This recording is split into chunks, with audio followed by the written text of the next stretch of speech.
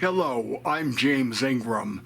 In this video, we'll demonstrate using an NCE DCC programmable train controller to automatically control a single MTH O-gauge train running on what could possibly be a Christmas tree loop or possibly be a public display loop, making multiple laps and automatically blowing the horn in the middle of each trip around the loop, and then it stopping and waiting until someone pushes the start button again. In the final section 6 of this video, just for contrast, we'll show the simplest analog method of controlling a train on the display loop also.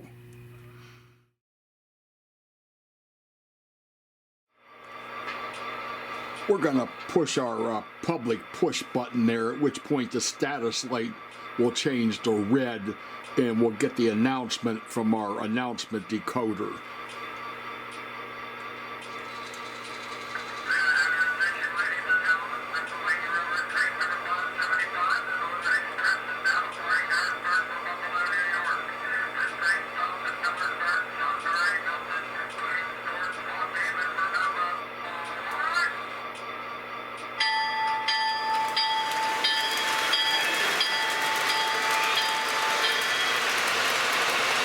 This system you're seeing here, we're calling it a Christmas tree layout, hence our little Christmas tree down there at the end. This could be a Christmas tree layout or a public display with just one train.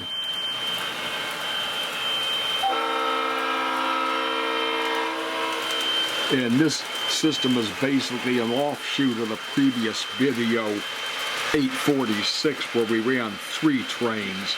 And that previous system could also run just 2 trains or run just 1 train. This system also runs just 1 train. What's different here is that this system can run multiple loops. We can count loops and blow the horn each time around the layout.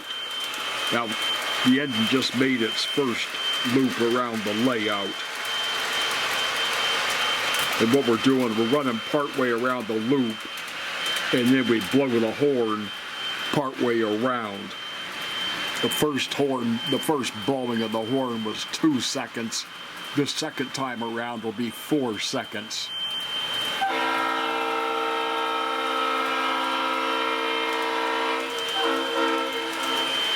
We tried to make the horn blowing on the different loops different lengths just so we could tell what loop it was doing by blowing the horn. And obviously if you do this yourself, you can play around with that to however you like it best.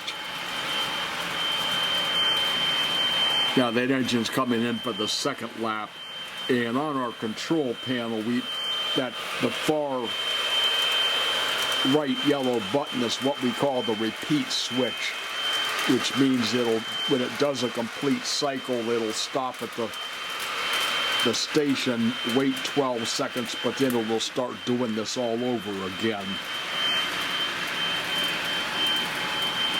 Now here's our third blowing of the horn coming up in a second. This is 6 seconds long.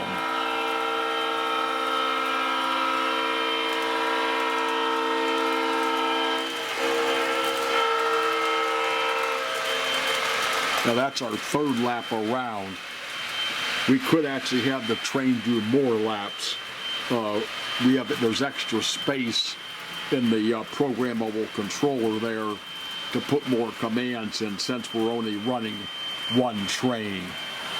Now this will slow down in a minute and pull into the station.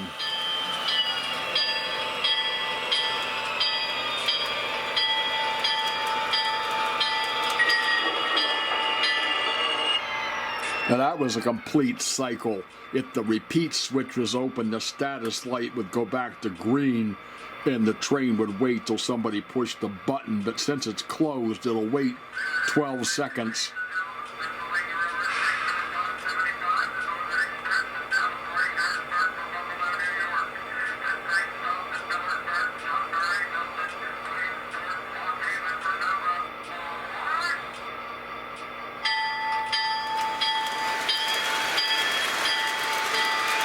Now what I'm going to do this time is open the repeat switch, which is this switch. I'm going to open the second lap switch and the third lap switch, which are these two. So it'll only make one lap around this time.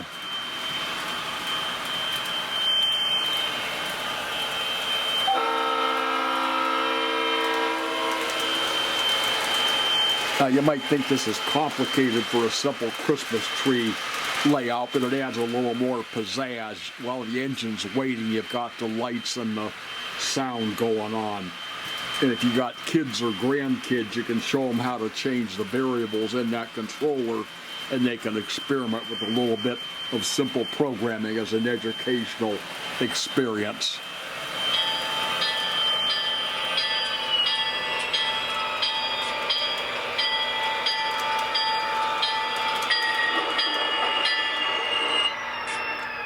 Now that'll wait 12 seconds about, because it's got to have that delay in there in case the repeat switch is closed to keep running. But when that 12 seconds ends, and it just did, that status light went back to green. Now that train will sit there and wait for however long, 10 minutes, an hour, half a day, until somebody comes in and pushes the button again, and then it'll start up. So the train only runs when somebody's pushing the button. We'll push the button here again just to get it started.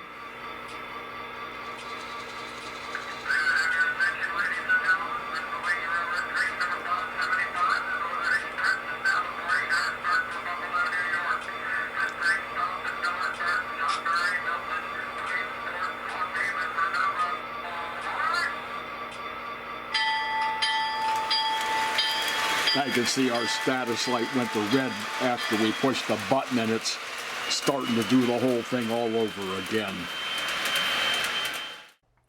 You can also do these automatic controls on a smaller loop of track. Here's a fast-forwarded version of part of earlier video 826 that shows two trains operating on a fairly small loop of track.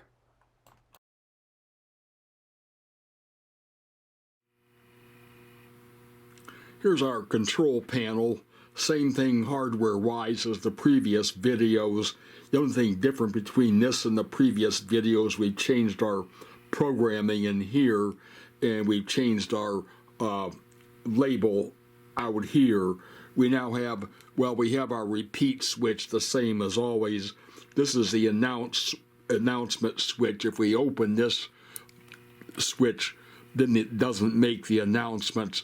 This switch we use when we test a detector. That has to be closed to do a detector test. That makes sense when we look at the commands. This switch controls the second lap.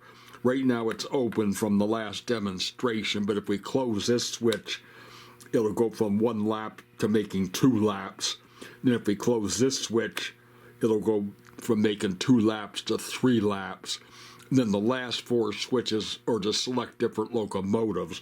The one we just ran, that white Sioux locomotive, was Loco 733, so that's why this switch is closed. That for Loco 733.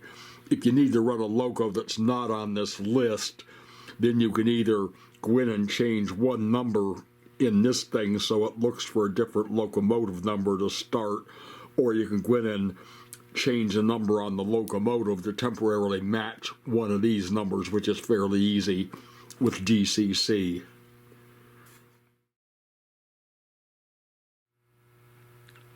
The rest of these components are pretty much the same as the last video. We have our public push button on the left, which tells the public when the status light is green, as it is now, they can push the button and that'll start the train up. And then it tells them when the status light is red, the system is busy, and it doesn't do any good to push the button. The kids don't always pay attention to that, but at least we got a place to start. And then on our control panel, we've got 3 Atlas 205 slide switches, our NCE mini panel, which is our programmable controller, an Atlas number 56 switch, and then a NCE Power Pro command system. And over here we have what we call our status light, which changes to red, from green to red when the system is busy. That's just a plain old railroad light with a circuitron schmale driving it. And then here's what we're calling our sound decoder. This makes our station departure announcements, and we need to get that a little bit louder. And then down on the far end may show up, there's a Z stuff DZ 1012 infrared detector. That's normally green as it is now, but that'll change to red when a train goes in front of it. It closes a Z stuff DZ 1008 relay when it changes to red, and that signal comes back on this wire, which is connected to the control panel, and that's how the controller knows the train passed in front of the detector. And just as an example, if we push the public push button, if you watch the status light, you can see, close the repeat switch. If you watch the status light, you can see it changed to red, and it probably doesn't show, but this LED on the controller is blinking at a steady rate. That's making a steady blink, and then if we push a car or something to block that detector, that'll slow down. It'll blink, but at a slower rate. But that's doing a detector test. So that's basically the components of the system.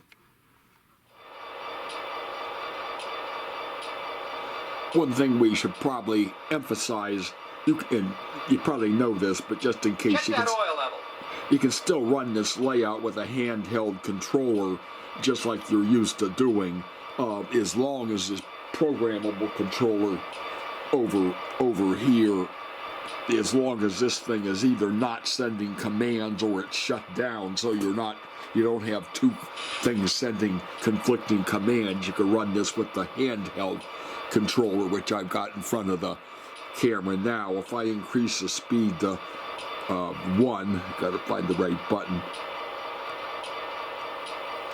You can see we're running the train manually there. And again, I'm sure you know this, but this isn't limited just to your 3-rail O-gauge trains. This is standard NMRA DCC, so you can run everything from your Kato N-gauge trains up to your LGB large-scale trains with this type of system.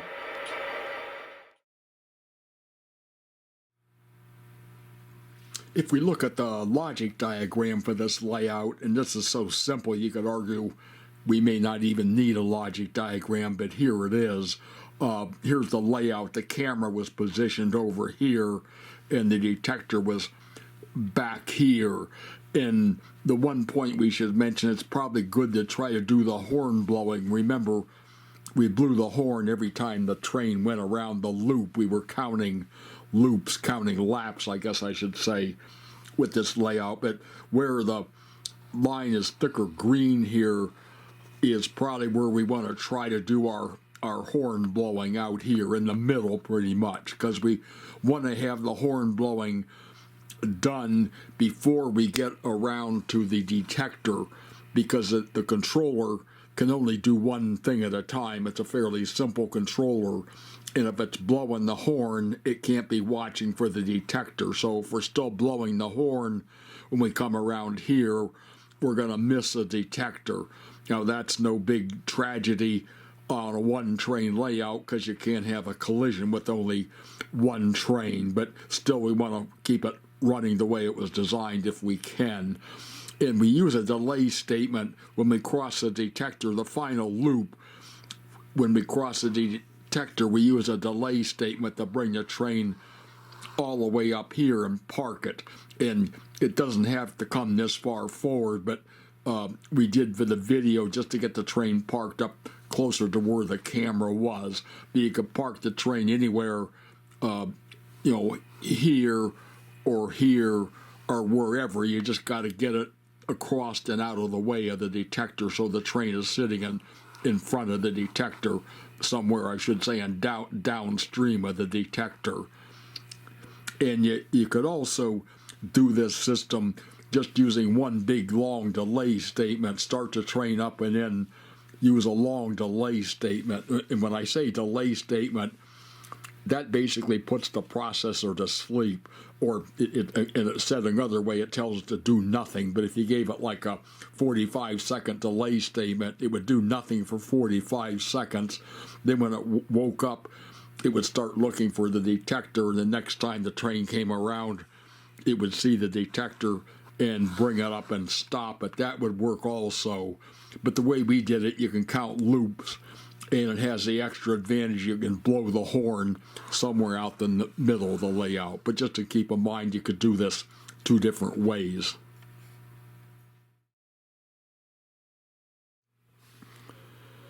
We'll take a look at what I call the command file for running this layout. And again, pretty much the same as previous videos. Here we have some notes about the system, our wiring diagram, which is the same as about the last half dozen or so videos with these Atlas slide switches connecting to our controller Atlas number 56 switch over here, which we use for start and reset. And then we wire in our detector here, and our start button wires in here. This is on number 1, input 1 for the start button, and input, I think, 6 for the detector. Moving on to page 2, again, more notes, just some reference what the memory locations are used for, what the switches are hooked up to. This is our configuration settings for the controller, which is officially named the mini panel, and we're using the defaults except for memory address 3 and memory address 4. And down here we've got our examples. These are just examples of the commands, which I keep as a reference, so I've got a quick reference to what the command, how the command needs to be written when I need to use it. Now here we are on the third page of the command file, and here's where the program really starts. First thing we do is set accessory 1 to reverse. That changes the status light from green to red. And then this part is used for the station departure announcements, if we're going to have those, and we can control that with a switch 10 controls whether it does those or doesn't do those. Then we select which loco to run, and we have 4 switches. We can have 4 different locos programmed in here to run. It checks whichever one of these switches is closed, it'll run that loco. If none of them is closed, it'll come down to here to this step. And going back here, if you want to run a loco that's not on this list, you can just come in and reprogram, change one line to the loco number you need to run. Or the other option is change the loco itself to run on one of these numbers. So there's 2 ways you can handle that. But continuing, if we have no loco selected, then we need to make sure this switch 12 is closed. That means what we're probably doing is a detector test where we want to keep looping the program. If we fail to close this switch and we don't select the loco, the program will go down here and be waiting to cross a detector, but there's no loco running, so the program will hang. So that's why we need this switch closed if no loco was selected. But let's assume we selected a loco. In the video, we used that white colored SU lines GP40 733, so we had switch 20 closed to run that loco. So it selected the loco, came down here, and then it started the train up at speed 8, and it delayed to get the train out on the May line, turned the bell on, blew that, turned it off. I should say the horn, not the bell. Turned the horn on, blew that delay statement to keep it on for 2 seconds, turned it off. and then we check if we're going to do a second lap. If we don't have switch 14 closed, it'll skip down to the bottom and just do one lap. But let's say we're running all 3 laps, we want switch 14 closed. So it goes down here, waits until input 6 is grounded, that's a detector. Then it does a long delay statement, 34 seconds, to get it out around the middle of the layout. Then it blows the horn a second time, turns it on, delay statement, and turns it off. And then we're ready to go on to the next page here. Okay, here we are on the last page, and we're going to check to see if we do the 3rd lap. If switch 16 is open, it's going to have done the 2nd lap, but when it hits this statement, it'll jump down to the bottom, which is down here to cross the detector for the last time, and it won't do the 3rd lap. Let's assume we closed this switch for our 3rd lap, so it's going to wait for the detector the 2nd time. When it crosses the detector, again, it'll do a long delay, in this case 34 seconds, to get the train out in the middle of the layout, blow the horn the 3rd time, and then it's looking for the detector. And like I mentioned when we did the logic diagram, we got to have this horn blowing done, ideally before we get to the detector, because if it's doing this delay statement to blow the horn, it may not see the detector. So you want this done before we get to the detector. So we cross our detector, we do a delay to bring it partway up in the yard, then we reduce the speed to speed 4, and then we do another delay, and we turn on the bell, and then we do another delay to bring it up to the front of the yard and set the speed to 0 and turn the bell off. And then we have a 12-second station stop before the next run. That's if the switch is set to, that's if the repeat switch is closed to keep running. If the repeat switch is closed, it'll come down here and check that, and they'll go back up to the top of the program. But in either case, once that 12 seconds delay expires, it says linked to input 29, which takes it down to here. And note we got inputs through 14 through 28 are unused, so there's space to add more laps if you wanted to do so. When we were running 3 trains in the previous video, we had everything used up, but here we're only just running 1 train, so we have extra space available. We got this same test at the bottom of the program that we had before. We call it our repeat or shutdown test, and we blink the LED. That's part of the detector test when we're doing that. If the detector's blocked, we add an extra second delay. That's how we can tell when we're doing the detector test if our detector is blocked. Then we go to our repeat or quit test, which is controlled by input 9. That's the repeat switch. And if the repeat switch is closed, it links back to input 1. That's back up at the top of the program. It goes back to the top. If that's open, which means we don't want to repeat, then it goes to the shutdown, which is sets a set-free 1 to norm. That sets the status light back to green, and then we terminate the program, and we're done.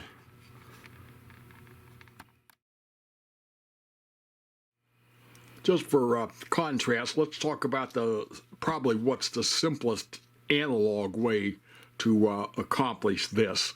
And don't let me confuse you. So far in this video, we've been talking about running this train multiple laps using DCC. Now we're going to shift gears and talk about what I think is the simplest way to do it with analog, just for contrast. And this drawing is from a website, trainelectronics.com, that a guy named Dave Bodnar has, and this will work for AC or DC. And what you've got is a loop of track. You've got a transformer powering that loop of track all the time, but you got a stop block. I colored it green here, and there's a wire connected to the stop block via a push button. So normally that stop block is dead, and your locomotive is going to sit on that stop block and wait till somebody pushes the button. And when they push the button, it'll start off the stop block, run around the loop, and come back to the stop block, which will be dead, assuming they're not holding the button down. That'll be dead, and the train will stop, and it'll wait till somebody pushes the button again. And just reading his comments, he says the simplest way to get the train out of the stop block is to wire the track as shown here. Train power is always connected to the main loop. The stop block is normally unpowered when a train is in the stop block. Pushing the button will apply power to the stop block and the train will move.